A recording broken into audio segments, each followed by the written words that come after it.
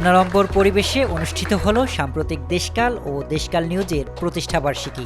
দেশের শীর্ষস্থানীয় সাপ্তাহিক সাম্প্রতিক দেশকাল ১৩ পেরিয়ে ১৪ বছরে পদার্পণ করল। সেই সাথে অনলাইন ও ডিজিটাল মাধ্যম দেশকাল নিউজ অত্যন্ত সততা ও নিষ্ঠার সাথে অতিক্রম করল একটি বছর।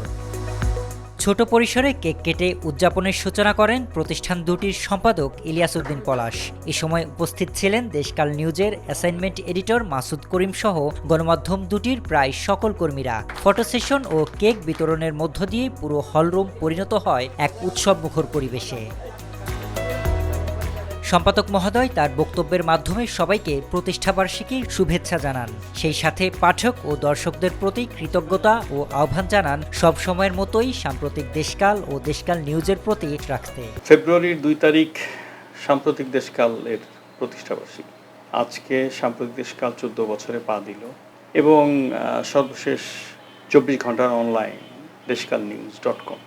আজকে deskalnews.com-এরও প্রথম প্রতিষ্ঠাবার্ষিকী। সাম্প্রতিক দেশকাল এবং দেশকাল নিউজের এই অগ্রযাত্রায় পাঠকই হচ্ছে আমাদের মূল শক্তি।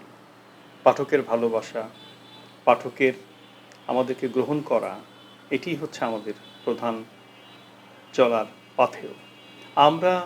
আমার সহকর্মীরা আমরা মিলে যে কাজটা করি, এই কাজটা পাঠকের কাছে আমরা পৌঁছাই।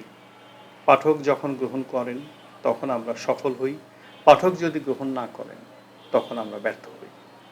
আমি পাঠকদের প্রতি কৃতজ্ঞ যে তারা আমাদের সাথে ধীরে ধীরে আমাদের প্রতি তাদের আস্থা বাড়ছে এবং এই যে আস্থা বৃদ্ধির প্রমাণ আমি বলবো যে একটি সাপ্তাহিক পত্রিকা থেকে পরবর্তীতে একটি ম্যাগাজিন যুক্ত হওয়া এবং এরপরে একটি ২৪ ঘন্টার অনলাইন আমাদের এই চলার পথে যুক্ত হওয়া। সুতরাং আমাদের নতুন যে প্রতিষ্ঠান, নতুন গণমাধ্যম যুক্ত হয়েছে, সেটি অবশ্যই পাঠকদের ভালোবাসা এবং তাদের সমর্থনের জন্যই। তো এই জন্য আমি পাঠকদেরকে বিশেষভাবে ধন্যবাদ এবং কৃতজ্ঞতা জানাই। তারা যেমন আমাদের পাশে আছেন, আমরাও পাঠকদের পাশে আছি।